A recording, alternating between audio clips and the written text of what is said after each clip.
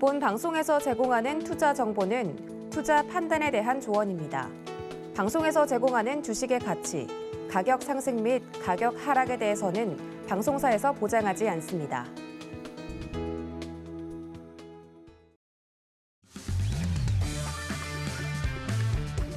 안녕하세요. 해외 시장 소식을 가장 빠르게 만나보는 시간, 해외 선물 신세계 리턴즈의 손자입니다. 간밤새 뉴욕 증시는 혼조세를 이어갔습니다. S&P 500 지수와 나스닥 지수는 상승 마감했지만 다우 지수는 약보합권에서 거래를 마쳤는데요. 제롬 파월 연준 의장의 재임이 결정된 이후 계속 상승하던 국채 금리가 이날은 주춤했습니다.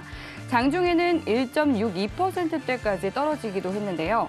11월 FOMC 의사록에 물가 상승이 지속된다면 조기 금리 인상이 필요하다라는 의견이 나오면서 주식시장은 하락세로 돌아섰지만 실업수당 신청 건수가 50년 만에 최저치를 기록하고 또 미 GDP 성장률이 4분기에는 반등할 것이다라는 전망이 나오면서 투자 심리가 회복됐는데요. 달러 인덱스는 연준 위원들의 매파적인 행보에 강세를 보이면서 96.8선에 거래를 마쳤습니다. 골드는 연속된 하락 뒤 소폭 반등하면서 1,784달러 선에 마감했는데요.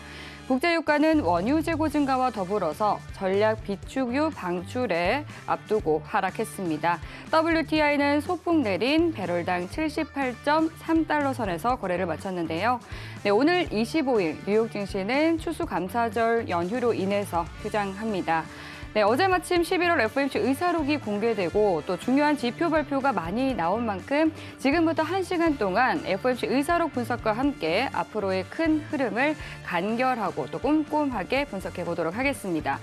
물론 또 시청자분들의 질문은 모두 해결해 드릴 예정이니까요. 노란톡 열려 있으니까 질문 미리미리 남겨주시면 되겠습니다. 그리고 또 신세계 리턴즈는 주말에도 여러분들과 함께하죠. 월요일과 화요일에 출연하시는 선견 마스터님께서는 일요일 밤 9시 30분 미 연준에 대한 무료 온라인 강연을 준비해 주셨습니다. 세계 경제 중앙은행 중에 또 중앙은행이라고 할 수 있는 미 연준에 대한 강연이니까 꼭 들어보시면 좋을 것 같고요. 또 금요일에 출연하시는 골드도치 마스터님 께서는 토요일 밤 9시에 기술적 분석에 대한 강의 준비해 주시고 있으니까요. 본 방송과 함께 주말 특강까지 함께 하시면서 더 큰 수익 챙겨보시기 바라겠습니다. 참여 원하시는 분들은 샵 0082번으로 문자 보내주시면 되고요.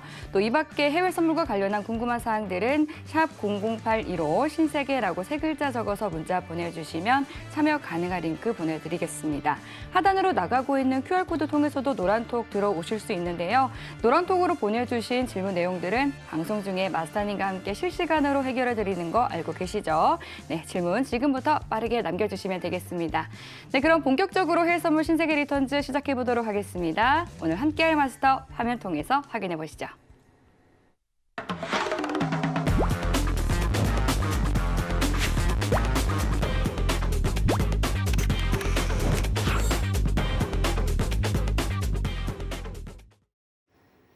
어제에 이어서 해왕 마스터님과 함께하겠습니다. 반갑습니다.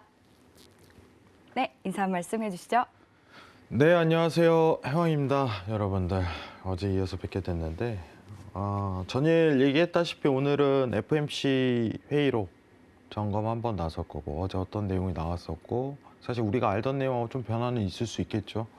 그리고 여러분들이 사실 이제 회의록을 통해서 내용이 자세하게 나왔는데 이거에 대한 전체적인 이해도를 한번 넓혀보도록 할게요. 오늘 시간은 자세하게 어떤 채권, 이 한 문장 문장 파악하면서 좀 재밌게 한번 풀어보도록 하고 그리고 오늘 또 하나 더 있었죠. 여러분들, 금통위 결정이 있었죠.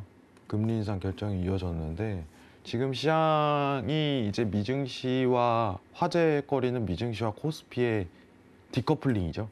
디커플링. 같은 구조로 가지 않는 왜 이러한 현상이 드러나는지 그리고 이 체제는 어디까지 언제까지 드러날 가능성이 굉장히 높은지 이것도 같이 한번 보도록 할게요. 자, 오늘 1시간 좀 재밌게 풀어보도록 하겠습니다. 자, 기대해 주세요. 잘 부탁드립니다. 오늘도 마스터님과 함께 시장 꼼꼼하게 살펴보도록 하겠습니다. 지금 현재 시각 오후 10시 59분 지나가고 있는데요. 오늘의 이슈부터 체크해 보시죠. 나스닥은 미 증시 휴장에 거래량이 감소하고 10년물 국채금리와 달러화 하락에 보합세를 보이고 있습니다. 골드는 단기간 낙폭 과대와 고인플레이션 우려에 저가 매수세가 유입됐습니다. 오일은 미 전략적 비축유 공급에 대한 오펙 플러스의 대응에 주목하면서 약보합세를 보였습니다. 유로FX는 독일 경기환경지수가 5개월 연속 하락하면서 유로화가 소폭 반등했습니다.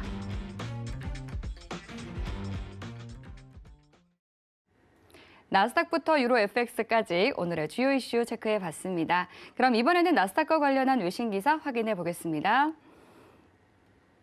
네, 오늘 가져온 외신 기사는 11월 FOMC 회의록과 관련한 기사를 가져왔는데요. 제목은 Fed members ready to raise interest rates if inflation continues to run high, meeting minutes show라는 제목입니다. 네, 제목은 이제 미 연준이 인플레이션이 지속될 시 조기 금리 인상이 가능하다는 점을 시사했다라는 의미인데요. 내용을 살펴보면 현지 시간 24일 CNBC가 보도한 바에 따르면 이달 초 열린 FOMC 회의에서 연준 위원들은 인플레이션에 대한 우려를 표명하고 또 이러한 상황이 지속되게 된다면 테이퍼링 속도 조절과 함께 조기 금리 인상에도 나설 수 있다라는 점을 언급했습니다. 연준은 11월 2일에서 3일 이틀에 걸친 FOMC 회의에서 이런 회의록을 공개를 했는데 이 자리에서 처음으로 테이퍼링에 대해서 시작하겠다라고 밝혔습니다. 인플레이션에 대해 주로 논의가 됐고 연준 위원들은 상황이 계속해서 악화될 경우에는 행동에 나설 수 있다라고 언급을 했는데요. 인플레이션이 계속해서 된다면 주로 논의가 됐고 강조가 됐습니다. 그리고 또 일부 FOMC 위원들은 연준이 금리를 더 빨리 인상할 수 있도록 더 빠른 테이퍼링 속도를 주장하기도 했는데요.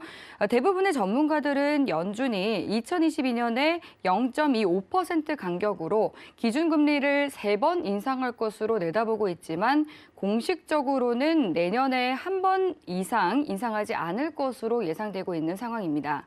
하지만 시장은 변동성이 크기 때문에 연준이 보내는 신호에 따라서 빠르게 변할 수 있는데요. 의사록에 따르면 연준 위원들은 적절한 정책 조정을 집행하는 데는 유연성 유지가 원칙이 돼야 한다고 강조를 했습니다. 라는 내용의 기사였습니다. 네, 어제 또 해왕 마스터님께서 콕 집어서 이번 FOMC 의사록에서 테이퍼링 개시에 대한 이 발표가 나올 가능성이 크다라고 말씀해 주셨는데 제가 이 기사와 또 FOMC 회의록을 보면서 연준의 또 다른 숨겨진 위원인가 싶을 정도로 정확하게 맞춰 주셨습니다. 말씀하신 대로 테이퍼링이 공식적으로 개시가 됐고요. 또 조기 금리 인상에 대한 내용까지 나왔는데 이 부분에 대한 또 자세한 이야기 마스터님과 함께 나눠보도록 하겠습니다. 네, 마스터님, 회의록 좀 어떻게 보셨어요? 뭐 사실 엄청 중요한 건 나오진 않았다 이렇게 평가네요. 아, 그런가요? 예, 왜냐하면 반전이 없는 회의록 결과 공개 이 정도. 근데 금리 인상을 좀 더 빠르게 나설 수 있다라는 언급이 나왔음에도 불구하고요. 아니 이미 근데 시장은 내년의 종료에 앞서서 한 차례 바로 인상하겠다고 예상을 하고 있었거든요. 네. 제가 일전에 사실 이제 금리 인상에 대한 시나리오를 얘기 드렸었는데 내년 2분기 첫 금리 인상이 바로 개시된다. 2분기 종료될 때 이제 6월 말 7월 초 금리 인상 1회 가능성이 포커싱이 지금 이미 다 그쪽으로 쏠려 있어요. 쏠려 있다는 거예요. 자, 여러분들 그러면 지금 시청자분들이 조금 이해가 안 될 수가 있어요. 이해가. 자, 제가 좀 간단하게 좀 풀이를 해드리도록 할게요. 화면을 좀 얘기를 하도록 하겠습니다. 자, 좀 확대해서 보여드릴게요. 여러분들. 자, 여러분들이 이런 내용이 좀 나온다면은 이게 뭔 소리야 라고 얘기를 할 수 있는데 굉장히 간단합니다. 여러분 지금 물가가 많이 올라가고 있어요. 물가가 계속 올라요. 근데 이 물가를 정부에서는 막아야 돼요. 중앙은행에선. 이건 중앙은행에 대한 역할이에요. 왜냐면은 정부가 아니라 돈을 푸는 주체가 중앙은행이기 때문이에요. 우리나라로 따지면 한국은행이 해당되겠죠. 미국은 FOMC인 겁니다. 상황이. 근데 이 FOMC가 지금 테이퍼링을 이미 한다고 얘기했음에도 불구하고 물가는 계속 오르고 있죠. 심각한 거예요, 상황이. 그러면은 지금 이제 굉장히 위험한 발언을 페드에선 꺼내지 않으면서 어떤 변동을 할 수 있는 요인은 무엇일까라고 생각을 해본다면은 테이퍼링이 어떻게 될지 모른다는 가정을 열어버리는 거예요. FOMC에서는. 굉장히 쉽죠. 그리고 그게 이번 11월 FOMC 회의에서 나온 것 뿐입니다. 자, 쉽게 좀 풀이를 하도록 할게요. 중앙은행이 테이퍼링을 한다는 건 돈을 앞으로 덜 찍어내겠다 이 뜻이죠. 중앙은행이 이제 달러를 막 찍어내서 시장에 뿌렸었잖아요. 여태까지 팬데믹에 의해서. 근데 이번 달부터 이제 줄이기 시작하는 거예요. 그 찍어내는 양을. 만약에 내가 쉽게 얘기를 하겠습니다. 10억이라는 돈을 중앙은행에서 찍어냈다면 야, 우리 다음 달부터는 9억을 찍어낼 거야. 왜냐면 바로 빵원이 될 수는 없어요. 왜냐? 시장의 영향이 너무 크게 가기 때문에. 그 다음 달엔 8억을 찍어내는 거죠. 그 다음 달엔 7억을 찍어내는 거고. 서서히 줄여가는 게 테이퍼링이에요.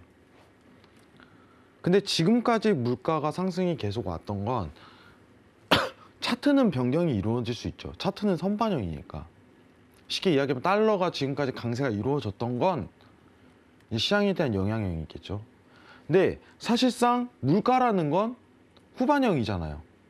돈을 뿌리는 어떤 상황에 대비해 갖고 후행이잖아요.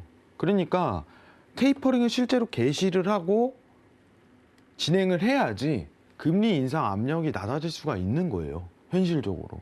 아니, 물가 상승 압력이 낮아질 수 있는 거예요. 차트랑은 다른 겁니다. 물가랑은. 물가 지표랑은. 맞죠, 여러분들? 자, 근데 이번 11월 이제 FOMC 미국 중앙은행의 회의에서는 좀 특이점이 발견된 게 있었어요. 기억만 해봅시다. 우리가. 왜냐면 이건 알아둬야 됩니다. 일단이란 말이 포함되어 있었어요. 일단 우리는 150억 달러씩 줄일게. 11월, 12월에. 무슨 뜻이냐? 일단 150억을 줄여보고 물가에 대한 상승 압력이 계속적으로 올라가게 된다면 그 다음에 우리는 늘릴 수도 있어. 이 테이퍼링에 대한 규모를. 이게 큰 시사점이었던 거죠. 그죠? 근데 다수의 위원이 회의록은 뭐예요? 어제 나온 회의록은 회의를 했던 내용을 까는 거예요. 완전 공개하는 거죠. 시장에다가. 왜? 공개 시장이잖아요. 중앙은행은. 시장이 요동치는 걸 막기 위해 공개 시장에 할 의무가 있는 거예요. 회의록 공개입니다. 그게. 그럼 언제 하냐? 회의하고 2주 뒤에. 정확히 2주 뒤에 공개를 합니다. 근데 회의 내용을 딱 보니까 뭐 내용은 크게 변함이 없습니다. 근데 다수의 의원이 야, 금리 인상 그냥 빨리 해버리자 이러고 있어요. 그럼 지금 금리 인상에 대한 시점이 원래 예상했던 거와 굉장히 부합할 가능성이 높다는 걸 또 말해주는 거죠. 지금 예상 시나리오는 뭔가요? 미국에서 테이퍼링이 내년 6월에 종료할 거야. 종료하고 바로 금리 인상할 거야. 이겁니다. 근데요, 저는 이거 가능성 진짜 높다고 생각을 해요. 왜냐? 한국은행은 이미 눈치를 챘거든요. 한국은행은 오늘 금리 인상했죠. 이주열 총재가 나와서 이제 언급을 했는데 어차피 테이퍼링은 원래 오리지널 시나리오는 테이퍼링을 종료하고 한 6개월에서 1년 있다 금리 인상이에요. 이게 원래 오리지널 시나리오예요. 원칙. 근데 우리가 빨리 돈을 푼 만큼 빨리 줄이고 빨리 금리 인상하자. 이게 지금 미국의 상황입니다.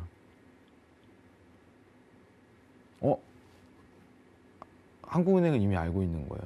우리 미국이 빠르게 금리 인상하겠네. 미리 올리자 하고서 지금 발 빠르게 올리고 있습니다.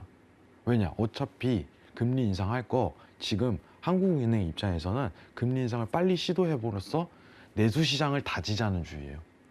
내수시장을. 금리 인상은 정상화의 궤도라고 오늘 얘기를 했죠. 긴축이 아닌 정상화의 과정이라고. 이게 맞는 말이에요, 사실. 정상화에 대한 과정인 겁니다, 이거는. 정상적으로 가고 있는 과정인 거예요. 빨리 금리 인상이 올라갈수록. 자, 그러면은 오늘 회의록에서 가능성이 넓어지는 건 이 테이퍼링에 대한 규모가 확대될 가능성이 언제든지 열려 있다는 거예요. 있다는 거. 일단 150억 달러라고 여기 나와 있죠. 150억 달러 자산 매입 규모를 축소키로 결정하면서 이 뜻은 무슨 뜻이냐? 150억 달러를 나는 앞으로 안 찍겠다. 매달. 덜 찍어내겠다.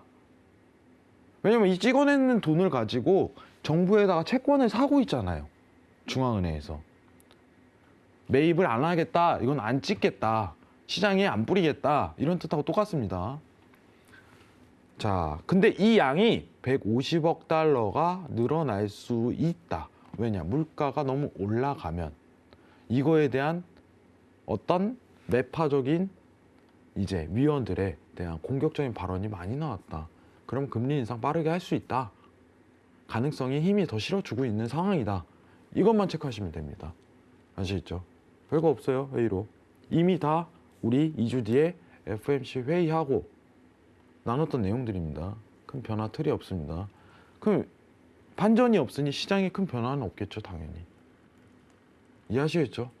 모두가 알고 있는 내용을 가지고 한 번 더 강조한 것뿐입니다. 확신성만 준 거죠. 이것만 체크하시면 됩니다.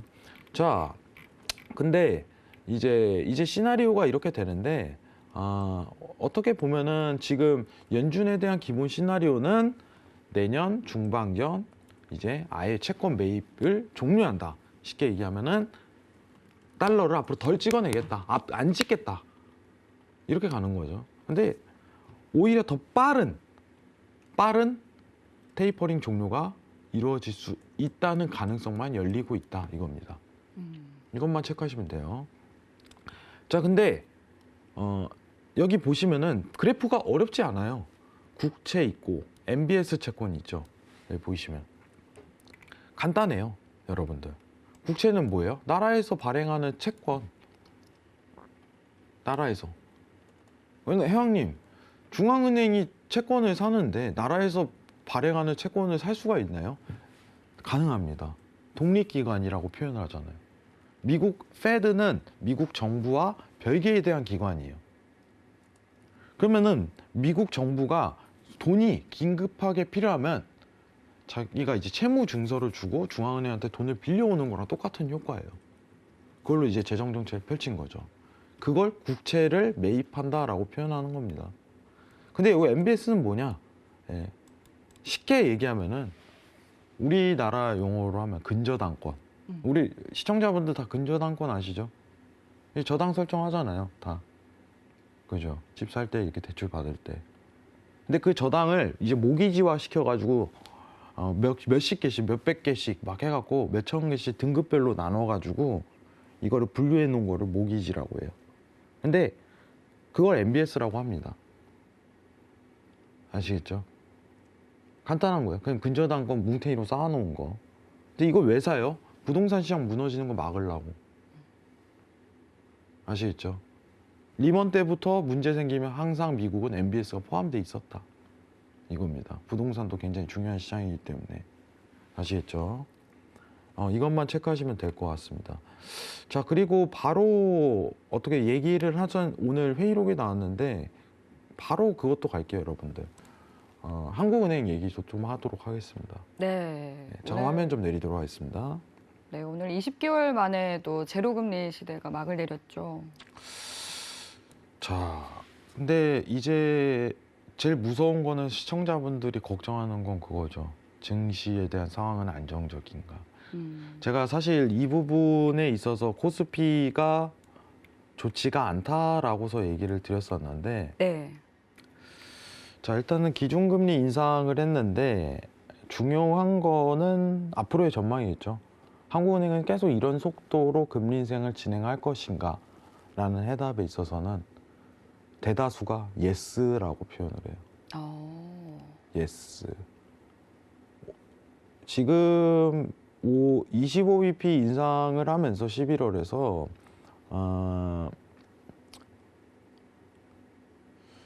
사실 시장이 안 좋은 게 긴축에 대한 속도 차이거든요. 네. 근데 이 의도를 한번 이해를 해봐야죠. 한국은행에 대한 의도는. 한국은행은 어차피 금리 인상하고 정상화될 과정인데 여러분들 뭐 전 세계가 긴축을 하고 있는데 네. 오히려 빠른 정상화 과정을 진행함으로써 내수 시장을 다지겠다는 의도가 굉장히 강하죠. 왜냐하면 요새 최근 제일 이제 정부에서 고민하는 해결은 집값이죠. 그렇죠. 예. 부동산. 그죠. 그거 굉장히 중요해요. 주식시장만큼 오히려 부동산 시장 굉장히 중요한데 빠른 금리 인상을 통해서 집값 상승률을 좀 저지하겠다는 한국은행에 대한 의도가 있고 그리고 내수시장에 오히려 신경을 쓰겠다는 정책이 딱 필요한 거죠. 근데 어차피 미국도 금리 인상을 할 거잖아요. 우리 페드웨이 보면 알잖아요. 다수 의견이 빨리 금리 인상하자 이러고 얘기하고 있죠. 그러면 한국은행 입장에서는 뭐 생각할 것도 없어요. 사실 그냥 금리 인상해야 돼요. 왜냐? 오히려 내수 시장을 다질 수 있는 기회니까 빠르게. 네. 그게 더 낫다는 거죠. 오히려 미국보다 한 발 더 늦었다가는 더 리스크가 더 클 수 있기 때문이겠죠. 네, 엄청 크게 발생해요, 사실. 예. 근데 지금 중요한 거는 이제 긴축에 대한 속도가 너무 빠르다. 네. 근데 이는 증시에 굉장히 좋지 않은 효과예요. 사실 굉장히요. 자, 차트 한번 보면서 얘기하도록 하겠습니다. 잠시만요. 그리고 네. 보니까 신흥국 그 브라질이라든지 뭐 헝가리 쪽에서는 올해 들어서 6번이나 금리 인상에 나섰다고 하더라고요. 근데 사실 이제 브라질이나 그쪽은 사실 정상적인 통화 정책은 아니에요. 예. 지금 정상적인 통화 정책이 아닙니다. 채권 가격 막 20% 나오고 15% 나오고 네. 그거는 어떻게 보면 예전에 이제 브라질이 신흥국 대열에 이제 한국과 동일시했었는데 지금은 범주에서 빼버렸잖아요. 네. 그만큼 안 좋은 코스로 가고 있기 때문에 그런 그런 거는 사실 이제 굉장히 리스크가 높죠. 사실 네. 굉장히 위험한. 러시아도 6번이나 금리 인상했다고 하고 보면 세계 각국에서 지금 말씀하신 것처럼 뭐 긴축 정책을 펼치고 있는 것 같기는 합니다. 하지만 뭐 그 속도라든지 또 횟수 차이가 좀 존재하는 것 같은데 하지만 미국은 또 워낙 큰 경제 대국이기 때문에 굉장히 조심스럽게 이런 통화 정책 네. 펼치고 있는 것 같습니다. 미국은 실수를 하면 안 되죠. 자, 지금 코스피랑 나스닥 선물 지수를 한번 비교를 해보도록 하겠습니다. 네. 자, 여러분들 지금 보시면은 여러분들이 주식 이게 지금 봉 차트 있죠? 봉 차트는 이제 코스피 200을 선물한 국내 선물 지수고요.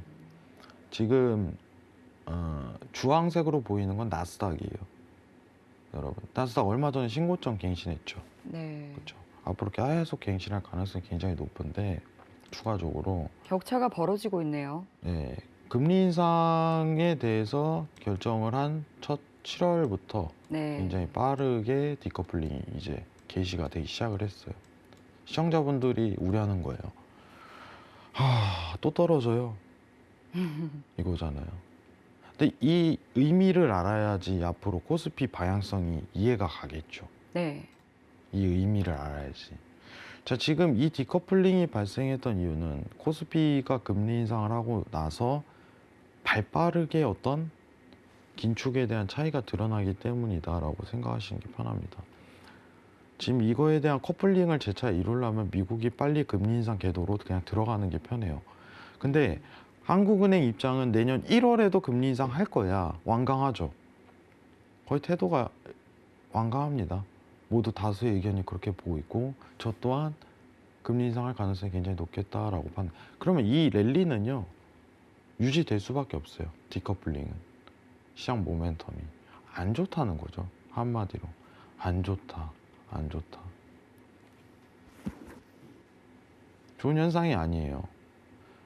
와, 미증신 이렇게 날아가는데 신고점은 막 갱신하고 뚫고 또 올라왔는데 회왕님 코스피는 왜 안 올라갈까요?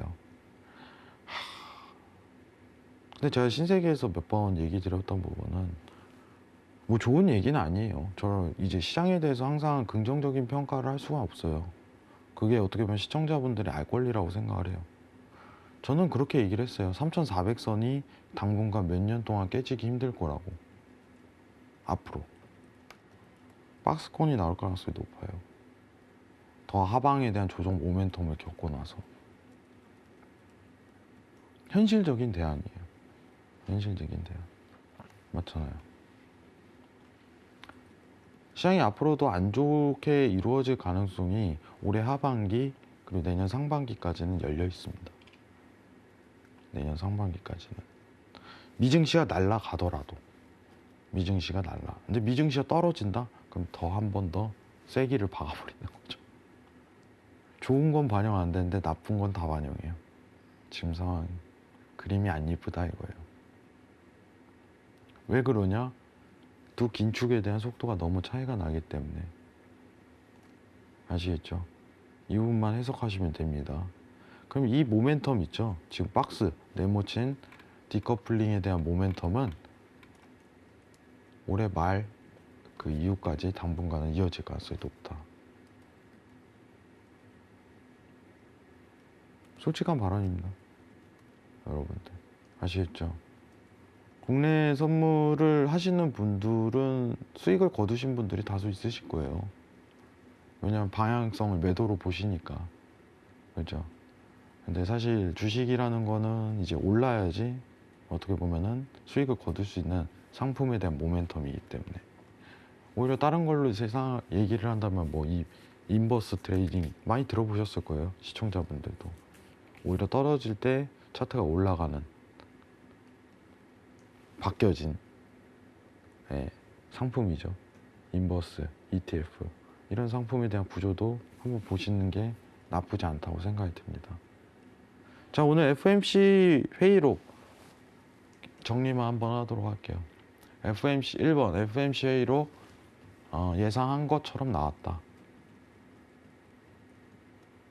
2번 금통위 리뷰 긴축에 대한 속도 차이는 아직도 현재 진행 중이다. 디커플링은 유지될 것이다. 이겁니다. 딱 두 가지 포인트예요. 기억하시기 바랍니다. 이상입니다. 네, 지금 또 뭐 미국 증시 그리고 또 우리나라 국내 증시에서도 계속해서 금리 인상에 대해서 이야기가 나오고 있는데 이 부분에 대해서 낱낱이 파헤쳐 주셨습니다. 올해 말 내년까지 디커플링 이어질 수 있다라고 말씀해 주셨으니까요. 이 부분 잘 참고하시면서 대응해 보시면 좋을 것 같습니다. 네, 그럼 이어서 여러분들께서 노란톡으로 보내주신 모든 궁금증을 해결해보는 무엇이든 물어보세요 시간으로 넘어가 보도록 하겠습니다. 먼저 참여 방법 화면 통해서 확인해 보시죠.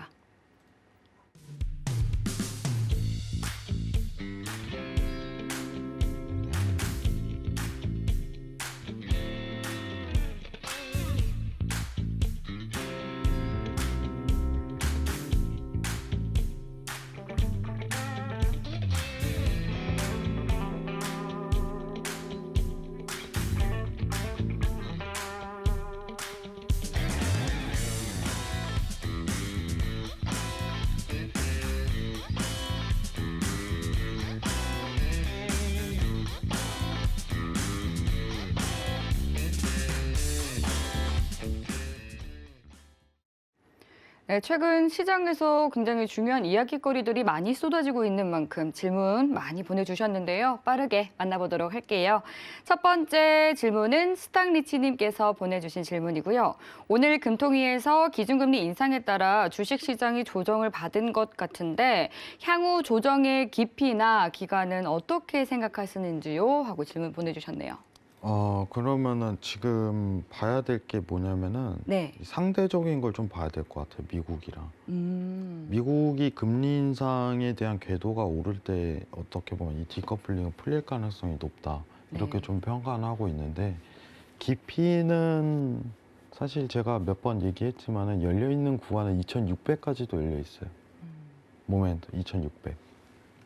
2,600입니다. 여러분들.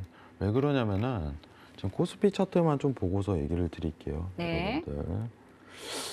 그 일전에 이제 우리 리먼 사태 터졌을 때에 대한 어떤 그 지금 차트를 지금 만지거든요. 왜냐면은 그 이제 질문에 따라 대답을 하는 거기 때문에 네. 제가 이 피보나치에 대한 비율 있죠. 예, 이걸 가지고 좀 설명을 드렸었는데 네. 자 이게 비율이 크게 의미는 없어요. 왜냐면은 지금 상대적인 비교쌍만 놓으시면 돼요. 비교쌍만. 자, 이렇게 조정 국면 겪잖아요. 이때. 지금 이 시기예요, 여러분들. 상승 대비해 갖고. 그죠? 그럼 2600선까지는 눌릴 가능성이 아직 열려 있다라고 가능성을 보고 있는 거예요. 아시겠죠? 이동성 대비 평가로. 네. 근데 이 기간에 대한 모멘텀이 이제 미국이 어쨌든 간에 지금 나온 거는 이제 미국은 테이퍼링이라는 시작을 알린 상황이고 한국은행은 지금 몇 차례죠? 몇 차례 금리 인상에 대한 궤도로 진행을 한 거죠. 그리고 내년 1월에 또 한대요. 스피드 너무 빨라요. 빨라도 근데 괜찮아요. 경제적인 내수 경제적인 상황, 전체적인 어떤 상황을 본다면은 이주열 총재가 오늘 그 얘기를 했잖아요. 긴축이 아니라 정상화라고 표현을 했습니다. 정상화. 정상화 과정이에요. 저도 그게 맞다고 봐요. 출구 전략이 아니라 어떤 그게 좀 더 맞는 아름다운 표현인데 정상화에 대한 과정이라는 게 지금 질문하신 내용에 대한 부분을 본다면은 일단은 저는 2600선까지는 좀 가능성을 열게 보고 있고 그 다음 이제 그 시기가 오히려 이제 미국에 대한 금리 인상이 두드러지게 나왔을 때 오히려 가능성이 높지 않을까. 그러면 좀 재밌는 얘기를 하자면은 네. 만약 코스피가 올라가려면 어떻게 해야 될까요? 코스피가 올라가기 위해서요? 어떻게 해야 될까요? 기준금리를 재밌는 얘기로. 낮춰야 코스피가 되겠네요. 미국이요. 물가가 폭등해 버리면 쉬워요. 근데 사실 호재에는 디커플링이 되지만 악재는 같이 영향을 아니요. 받고 있잖아요. 그러면은 미국도 빨리 금리 인상할 거 아니에요. 네. 폭등해 버린다면. 네. 그러면은 미국도 빠른 시기이기 때문에 긴축에 대한 속도 차이가 좁아지기 때문에 네네. 커플링으로 다시 들어갈 가능성이 높다는 거죠. 이렇게 발생할 수 있잖아요. 아니에요? 근데 물가가 폭등한다고 해서 아니 우리 미국- 코스피만 본다면 미국에 대한 상황은 배려하지 않고 네. 코스피만 좋게 가려면은 네. 그냥 미국 슈퍼 이제 인플레이션이 발생 한번 딱 해버린다면 그럼 뉴욕 와! 증시 폭락하지 않을까요? 네? 뉴욕 증시가 아니 지금 좀- 실질 금리이기 때문에 오히려 이제 자금이 더 쏠리는 거죠. 실질 단기적으로 금리를 더 생각한다면. 올라가는 상황이죠. 어차피 미국 그렇게 될 수도 경제는 안 있겠네요. 좋아요. 미국 내부적으로는 안 좋을 수 있죠, 당연히. 네. 예. 그래서 증시는 좋은 현상을 펼칠 수 있다는. 그렇겠네요. 증시에는 또 화랑을 오히려 일으킬 수도 있겠네요. 반대적으로. 네. 그러니까 근데 그러면은 이제 나중에 이제 시장이 이제 한 방에 가죠. 예, 그렇죠. 구조적으로. 걷잡을 수 없는. 예, 걷잡을 수 지점까지. 없는 시나리오로 갈 수 있기 때문에 그거는 좀 위험한 발상이지만 네. 이런 상황도 있다. 예. 근데 제일 중요한 건 미국에 대한 이제 금리 인상 속도를 딱 가속화하기 시작했을 때 코스피랑 이제 미증시랑 이제 커플링을 다시 이루는 시점이 와요. 지금은 안 된다 이거예요. 왜냐? 1월까지도 금리 인상을 하겠다는 가능성이 한국은행에서 포착되기 때문에. 네. 지금은 서로 다른 통화 정책을 펼치고 있는 거잖아요. 어떻게 보면. 좀 속도가 다르기 때문이죠. 그죠. 네. 근데 제가 여기 신세계에 나와서 네. 그 얘기는 했었잖아요. 제가 3,200선에서 얘기를 했을 거예요. 사실 시청하신 분들 다 아시겠지만은 네. 3,200선부터 코스피는 지금 이제 고점이 나왔을 가능성이 높습니다라고 사실 평가를 했었어요. 수차례 말씀해 네. 주셨죠. 욕을 저도 할까 봐 사실 무서웠어요. 욕 먹을까 봐. 시장이 안 좋다고 하면 아니 욕 감사한 얘기죠. 미리 리스크를 대비할 수 있는 아주 귀한 말씀 해주신 거죠. 근데 이게 사실 이제 제가 예전에요. 네. 시장이 2018년도에 이제 미국이 금리 인상을 함에도 불구하고 네. 한국은행이 오히려 금리 인상을 멈췄거든요. 예. 그때 금리 역전 현상이 펼쳐졌었어요. 미국하고. 미국보다 항상 이제 우리나라 한국은행은 금리 인상이 금리가 높지만 그때 역전이 됐었는데 네. 그때 시장이 뒤집어지거든요. 예. 근데 그때 제가 그 얘기를 했었어요. 이거 안 좋은데요, 코스피. 한 1년 넘게 이렇게 갈 것 같은데요. 그때 2018년도예요. 18년도 이때예요, 이때. 네. 차트 한번 볼까요? 네, 지금 이때입니다. 이때 내려간다고 그렇게 얘기를 했다가 제가 솔직히 이거 한 6개월 정도 욕 먹었거든요. 내려간다고 했다가 진짜 욕 많이 먹었을 때 와, 야, 너가 뭐 아냐? 이러면서 근데 한 1년 가니까 사람들이 이해를 해주시더라고. 그때는. 근데 지금 저는 아직도 열려있다고 생각을 해요. 시장이 좋지 않을 때는 좋지 않다고 얘기하는 게 네, 제 역할이에요. 그렇죠. 네. 근데 그거에 대한 근거를 내비치는 것도 네. 저의 역할이기 때문에 한번 여러분들이 생각을 많이 해보셨으면 좋겠어요. 저는 아직까지 2600까지는 열려있다고 보고 있습니다. 2600. 근데 이거에 대한 랠리가 드러나는 이유는 네. 긴축에 대한 속도 차이다. 예. 예. 근데 지금 상황에서는 한국은행과 FMC에 대한 어떤 상황이 뚜렷이 보이잖아요. 좀 뚜렷해 보여요. 뻔하네? 얘도 뻔하네? 근데 이게 다시 커플링으로 이루어질 전망? 없다고 봐요. 지금 상황에서. 올해는. 이상입니다. 당장은. 네, 이상입니다. 네. 좋습니다. 그럼 이어서 다음 질문 만나볼게요. 송성희님께서 보내주셨고요. 미국 10년물 국채금리 급등의 원인이 미국 조기금리 인상을 반영하게 되는 걸까요? 그게 아니라면 원인은 무엇일까요? 이렇게 여쭤봐 주셨어요. 최근 인프라 합의에 대한 부분도 있겠지만은 네. 잠시만요. 네. 제롬 파월 의장이 연임되면서 좀 국채금리가 계속 급등하는 흐름을 보였던 것 같거든요. 제롬 파월보다는 네. 사실 이제 미국채에 대한 금리는 사실 급등이라고 좀 표현하기는 저는 어려울 것 같아요. 그래요? 저는 개인적으로 얘기 드리겠습니다. 예. 잠시만요. 그리고 또 보니까 월스트리트 저널에서 경제 지표와 또 이 페드 회의록을 감안했을 때 다음 달 FOMC 회의에서는 이 테이퍼링 규모를 좀 더 300억 달러로 늘릴 수도 있다라는 그런 예측을 내놓기도 했더라고요. 그것도 가능성이 있는 거죠. 네. 시장은 항상 가능성에 대한 상황이기 때문에. 근데 지금 미국채 금리를 한번 보자면은 네네. 지금 1.643%죠. 네, 1.643%인데 확인들 되실 거예요. 1.643%. 근데 중요한 거는 이게 지금 엄청 높은 수치가 아니에요. 여러분들. 급등이라고 표현하기는 애매해요. 이거는 1.7%까지 내외는 시장에서 어느 정도 예측했던 상황이에요. 시장에서. 여러분들. 근데 최근 들어서 계속 상승해서 이제 그렇게 표현하신 거 아닐까요? 사실 이제 1.4%에서 1.6%에 대한 부분을 이제 어떻게 보면 급등이라는 표현보다 조금 이제 레인지에 올라오는 박스권 레인지에 올라오는 이러한 상황이구나라고 표현하는 게 좀 더 맞을 것 같아요. 지금 상황은. 네. 지금은 사실 금리라는 건 계속 변하잖아요. 미국채 금리라는 건. 지금은 양호한 흐름을 좀 보여주고 있다. 이렇게 좀 판단을 하고 있습니다. 네. 오히려 지금 이슈가 이제 인프라 합의 이런 부분도 있겠지만 네. 이제 약소한 금액으로 어떻게 보면 진행이 될 가능성이 굉장히 높고 향후 큰 변화 없이 테이퍼링은 금리의 영향을 안 받는다고 제가 옛날에 설명했는데 그게 너무 어려워요. 그래서 그쵸. 제가 웬만하면 말을 아껴요 여기서. 네, 왜냐면 TV 꺼버릴까 봐. 네.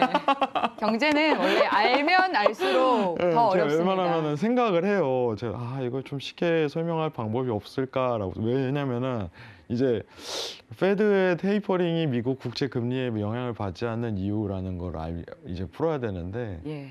그럼 이제 또 내부적으로 파야 돼요. 미국이 살고 있는 지금 페드가 사고 있는 국채에 대한 양이 단기 국채랑 장기 국채 이렇게 나뉘는데 이 어떤 트위스트를 통해 가지고 이 10년물 국채에 대한 큰 변화를 주도하지 않는다 이걸 설명해야 되는데 벌써 어렵네요. 그러면 이제 바로 TV 끄고 자러 갑니다. 제가 이 부분은 나중에 시간 되면은 네. 한번 얘기를 하도록 하고 예. 아무튼 결과적으로 테이퍼링이 미국채 금리 변동에 큰 영향권은 없다.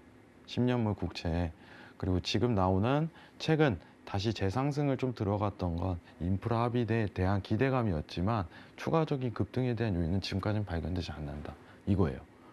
왜냐하면은 인프라 합의가 소액으로 들어갔기 때문에 세금으로 해지가 가능하다.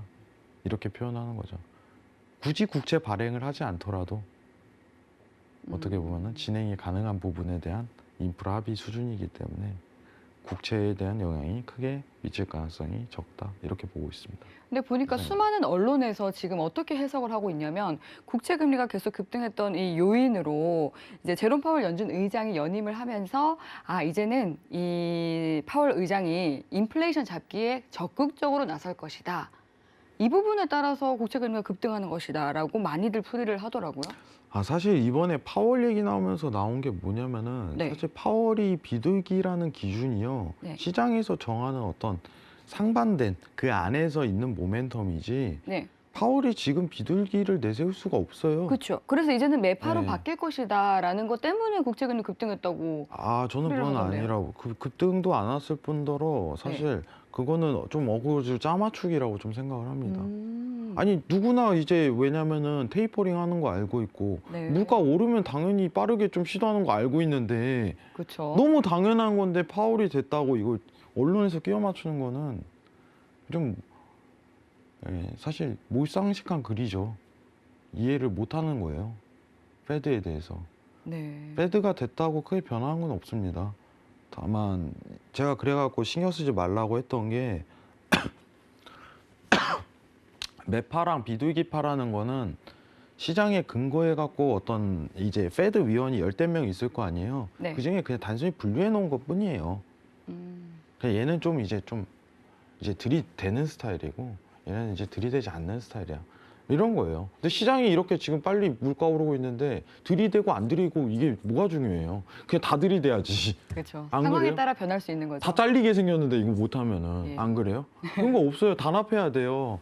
그러니까 말이 안 되는 거예요. 이 비둘기라는 것도 이게 비둘기파인데 근데 파월이 예전에는 양적 완화를 했다 보니까 예. 강하게 돈을 풀자는 주의를 내비쳤다 보니까 비둘기라고 표현하는 거지. 지금 이 상황에서 비둘기 매 이게 나올 상황이 아니에요. 예. 앞으로 우리 그 조류 이 얘기는 하지 맙시다. 네, 조류 쪽은 의미가 없어요.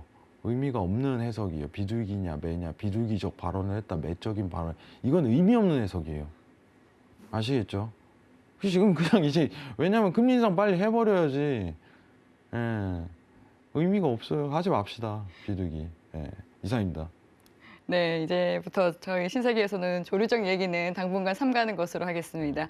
네, 이어서 사계절님께서 보내주신 질문인데요. 내년 이야기지만 미국과 우리나라에서 둘 다 동시에 금리 인상에 나서게 되면 그 시기가 언제쯤이 될까요? 만약 겹친다면 어느 정도 대비를 하면 될까요? 하고 질문 주셨네요. 지금 사계절님이 좀 아셔야 되는 게 있는데 그 금리 인상이라는 거는 그날 당일에 갑작스럽게 막 야 우리 금리 인상하자 이러진 않아요. 한 2, 3개월 전부터 이미 예측이 가능해요. 그게 통화 정책이에요. 왜 그럴까요? 시장이 놀라지 않게. 네.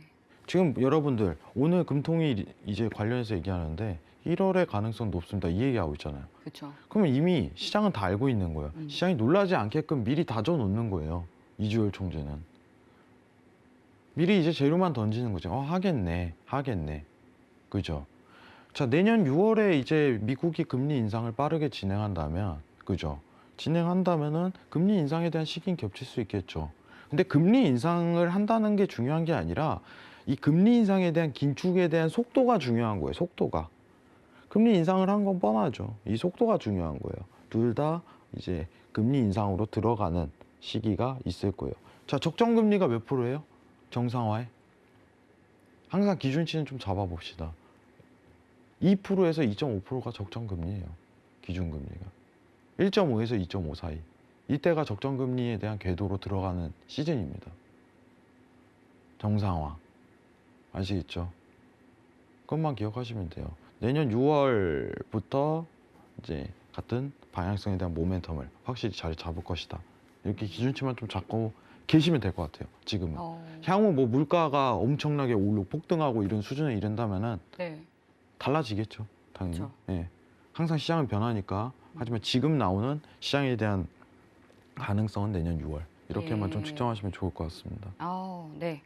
언제나 이렇게 좀 기민한 자세를 가지고 이제 시장에 임하고 있으면 될 것 같습니다. 그럼 이어서 다음 질문 만나볼게요. 상상님께서 보내주신 질문이고요. 국내 증시는 미국 증시와 디커플링이라고 하던데 이미 이격이 상당히 벌어진 상태라고 봅니다. 내년 정도에는 어느 정도 좁힐 수 있을까요? 하고 질문 주셨어요. 저는 솔직하게 얘기를 하면은 네. 그러니까 좁혀진다는 의미보다는 미증시는 좀 지속 상승을 아직까지 좀 추가적으로 할 수 있는데 예. 코스피는 박스장으로 그냥 들어갈 가능성이 높아요. 그렇죠. 좀 사실 근데 지금도 박스권 장세의 흐름을 보여주고 있긴 해요. 그래서 제가 사실 이제 저는 정말 이런 발언을 하는 거 관련해 갖고 굉장히 신중한데 네. 사실 어떤 말씀을 제가 조금 해주시려고. 네. 그러니까 이제 왜냐하면은 경제 TV에서 이런 발언하는 사람 없을 거예요. 나 이렇게 왜 이렇게 욕 먹을 짓을 골라서 하는지 모르겠어요. 저도. 예, 네, 코스피, 저희는 해외 선물 프로그램이니까요. 자, 코스피는 고점이 나왔습니다. 향후 몇 년간. 향후 몇 년간요? 예, 그 가능성이 정말 높아요.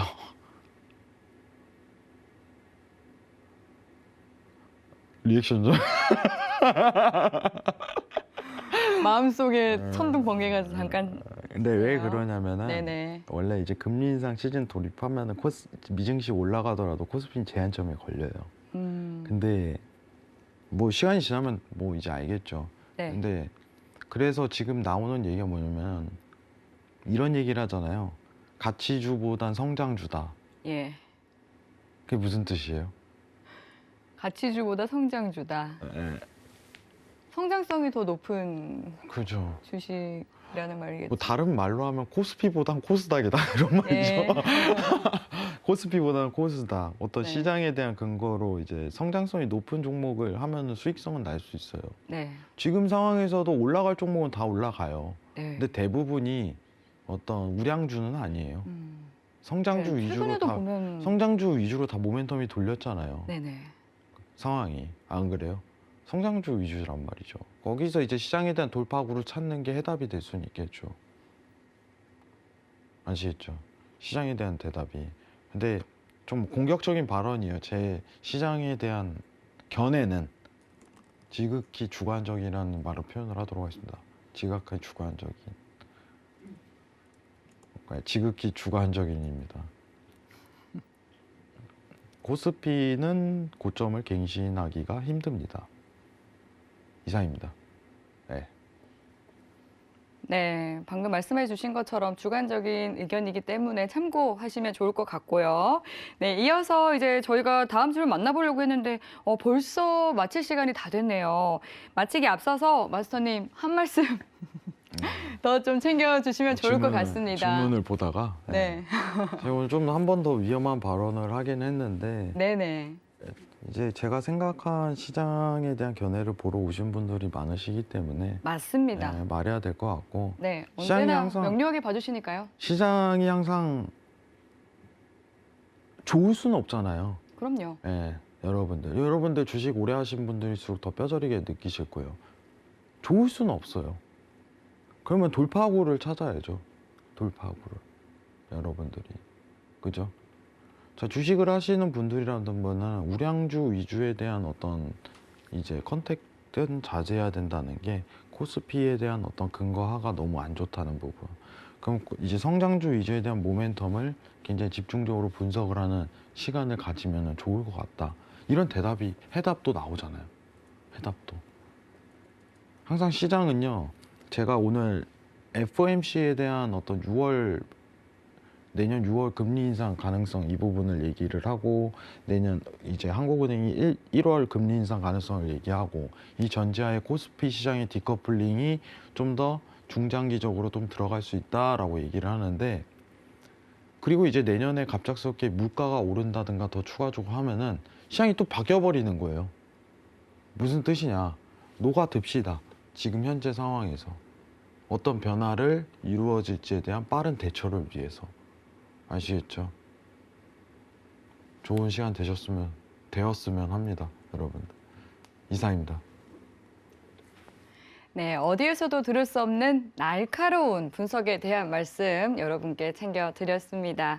네, 계속해서 여러분들 남아있는 궁금증들은 노란톡 방송 이후에도 열려 있으니까요. 노란톡 통해서 질문 보내주시면 되겠습니다. 샵 0082로 신세계라고 세 글자 적어서 문자 보내주시거나 하단으로 나가고 있는 QR코드 스캔해서 바로 입장해 주시면 되고요.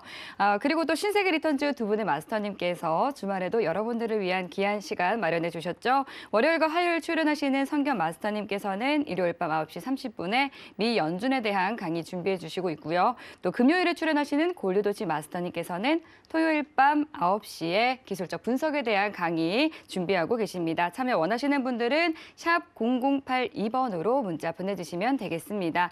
네, 참고로 본 방송에서 제공하는 정보는 투자 판단에 대한 조언일 뿐 해당 상품의 가치나 수익률을 보장하지 않습니다.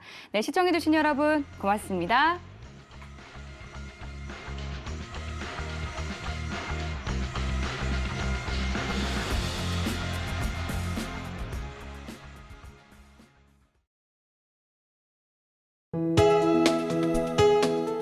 본 방송에서 제공하는 투자 정보는 투자 판단에 대한 조언입니다. 방송에서 제공하는 주식의 가치, 가격 상승 및 가격 하락에 대해서는 방송사에서 보장하지 않습니다.